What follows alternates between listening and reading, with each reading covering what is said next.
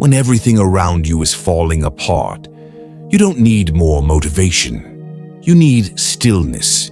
You need a core, a compass, something that doesn't move when everything else does. That's what the Stoics discovered. Marcus Aurelius, Emperor of Rome, faced pressure on all sides. Plagues killed millions. His generals betrayed him. Even his own children died. And yet, in the middle of all that, he wrote to himself, "Today I escaped anxiety," or no, I discarded it because it was within me. That's the Stoic secret. Calm doesn't come from outside. It comes from inside. Let's break it down. Lesson 1. Control the controllables. When life feels messy, our first instinct is to fight it, to fix it, to force it. But Stoicism teaches a different path.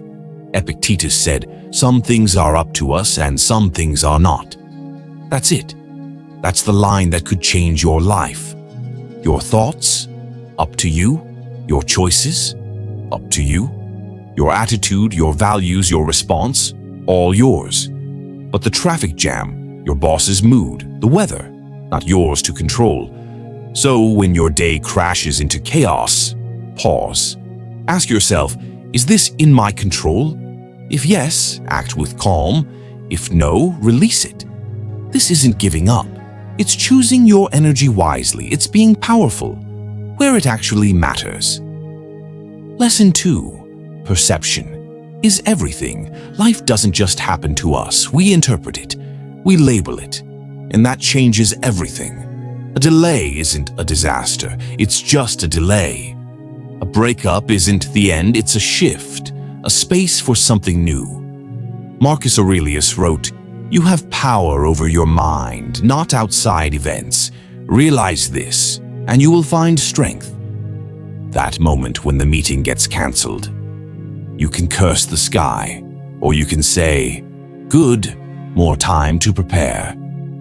That's how the Stoics trained their minds.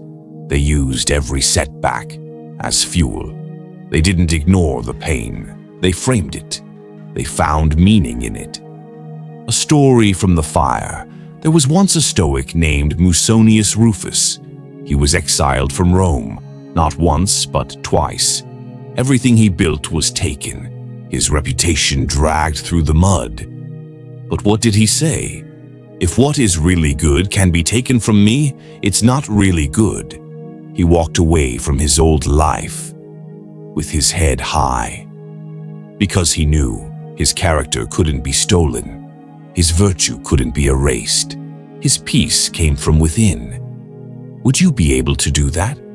You can, but it takes training, mental reps, Stoic discipline, and it starts with this simple line.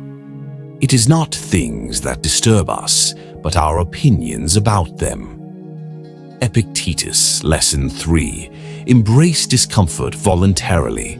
This might surprise you, but Stoics didn't run from hardship. They sought it. Seneca used to sleep on the floor once a month.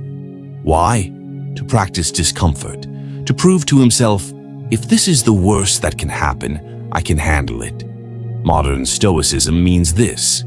You skip the elevator. You fast for a day. You take a cold shower. Not because you enjoy suffering, but because you want to become unbreakable. Comfort creates weakness. Challenge creates strength.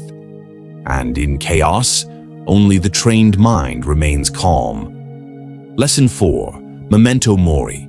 Remember, you must die. Here's where it gets real. The Stoics faced death daily, and they used it as fuel to live better. They reminded themselves, this could be my last sunrise, not in a dark, depressing way, but to sharpen their focus, to drop what doesn't matter, to say what needs to be said, to live now, not someday. Because life is fragile, and in realizing that, we find clarity. Ask yourself, if today was my last day, would I be proud of how I'm spending it? That question cuts through noise. Chaos can't control a person who's already accepted death because nothing terrifies them anymore. Modern Stoicism. How to stay calm in today's world. Let's bring it back to now. You're not a Roman emperor. You're not being exiled, but maybe you lost a job. You got bad news. You're overwhelmed by bills, deadlines, drama. What would the Stoics say? Here's how you apply it, step by step. Step 1. Breathe first, react later. When something goes wrong, your body reacts. Heart races, palms sweat, mind spirals. Pause. One breath in, one breath out. That breath creates space, and in that space, you choose. Step 2. Journal like a Stoic. Every night, take 5 minutes, write. What went wrong today? How did I react? What could I control? What will I do differently next time? Marcus Aurelius journaled through war. If he had time, you do too. Step 3. Practice Premeditatio Malorum. That means the premeditation of evils. Imagine the worst-case scenario. Not to scare yourself, but to prepare. What if I lose this job? What if this relationship ends? What if I fail? Feel it now so you won't panic later. Preparation is calm. Clarity is calm. Step 4. Serve others. The Stoics weren't selfish. They believed in service. In chaos, find someone to help. Call a friend. Give without expectation. Because when your focus shifts to others, your own pain softens. Waste no more time arguing what a good man should be. Be one. Marcus Aurelius. When everything feels like too much, you are stronger than you think. Not because you can lift more, but because you can endure more. You were built for the storm, not to avoid it, but to walk straight through it. The Stoics didn't deny pain, they transformed it. Every heartbreak, an invitation to grow. Every failure, a teacher. Every loss, a lesson in letting go. And still they stood tall, and so can you.